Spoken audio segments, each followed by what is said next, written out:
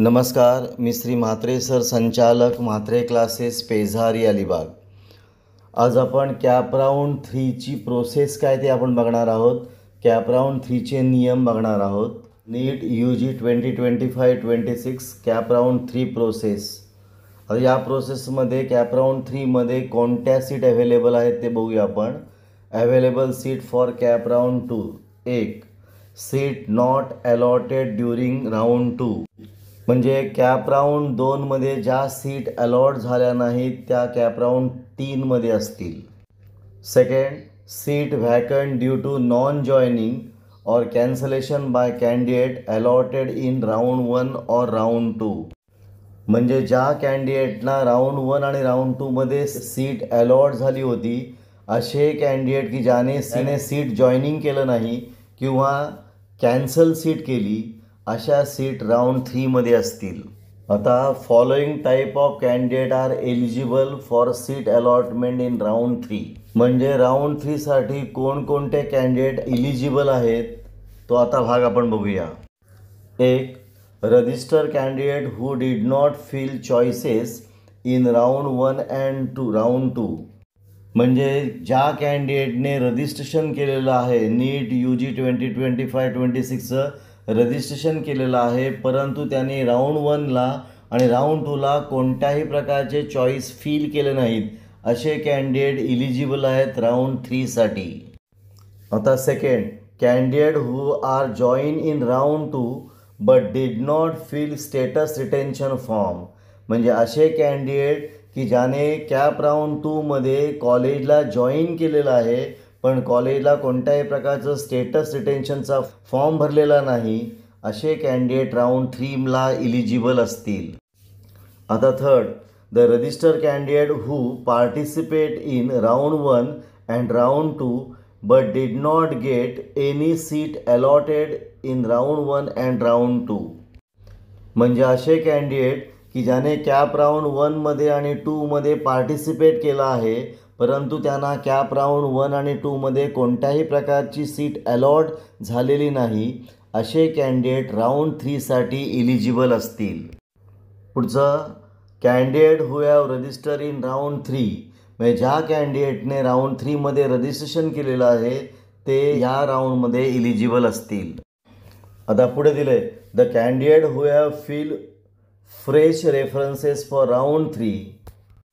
तेव्हा all previous preferences will be consider as null and void. याचा अर्थ ज्याने राऊंड 3ला फ्रेश प्रेफरन्सेस भरलेली आहेत अशा कॅन्डिडेटचे मागचे जे प्रेफरन्सेस आहेत ते कन्सिडर ॲज नल म्हणजे ते कॅन्सल होतील आणि जे नवीन भरलेले प्रेफरन्सेस असतील तेच राऊंड 3साठी असतील. पुढे, candidate selected during round 3 will have to join the allotted college seat within the prescribed period as per schedule.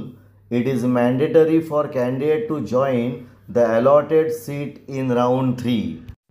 म्हणजे जे कॅन्डिडेट राऊंड 3साठी सिलेक्टेड होतील त्या कॅन्डिडेटना कॉलेज जॉईन करावं लागेल. एक दिलेल्या पिरियडमध्ये, त्या दिलेल्या शेड्यूलमध्ये ते कॉलेज जॉईन करावे लागेल.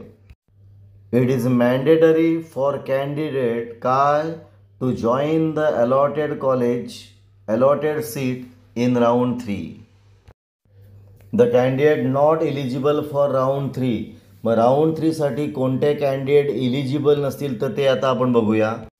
Candidate who have join seat up to round 2 and fill status retention form. म्हणजे ज्यांना राऊंड 1 आणि राऊंड 2मध्ये ॲडमिशन मिळालेलं आहे आणि त्याने स्टेटस रिटेन्शन फॉर्म भरलेला आहे असे कॅन्डिडेट राऊंड 3साठी इलिजिबल राहणार नाहीत. पुढे, after the allotment of seat in round 3 the candidate will not be eligible for participate in any further round of state counselling process आणि name of such candidate will be inform to MCC. आता round 3मध्ये ज्या कॅन्डिडेटना college allot झालेले आहे असे candidate पुढच्या कोणत्याही राऊंडमध्ये पण ते स्टेट काउन्सिलिंगच्या राऊंडमध्ये कोणत्याही प्रकारचा पार्टिसिपेट करू शकत नाही. आणि अशा कॅन्डिडेटची लिस्ट MCCला दिली जाईल. पुन्हा बघा, कोणत्या प्रकारचे कॅन्डिडेट इलिजिबल नाहीत राऊंड 3मध्ये, की ज्या कॅन्डिडेटना राऊंड 1ला किंवा राऊंड 2ला सीट अलॉट झालेली आहे, कॉलेज मिळालेलं आहे आणि ज्या कॅन्डिडेटने स्टेटस रिटेन्शनचा फॉर्म भरलेला आहे, अशा प्रकारचा कॅन्डिडेट कोणत्याही प्रकारे राऊंड 3मध्ये इलिजिबल राहणार नाही. आता पुढे, ज्यांना राऊंड 3मध्ये सीट अलॉट झालेली आहे, कॉलेज मिळालेलं आहे, ते कॅन्डिडेट स्टेट काउन्सिलिंग प्रोसेसमध्ये पुढे कोणत्याही प्रकारे पार्टिसिपेट करू शकत नाही. अशी आहे कॅप राऊंड 3ची प्रोसेस आणि हे आहेत कॅप राऊंड 3चे नियम. आपण इथं थांबूया. तुम्हाला हा व्हिडिओ कसा वाटला? चांगला वाटला असेल, आवडला असेल तर शेअर करा, सबस्क्राईब करा. काही डाऊट असेल तर कमेंट करा. आपण इथं थांबू. पुन्हा आपण भेटू असाच एक व्हिडिओ घेऊन.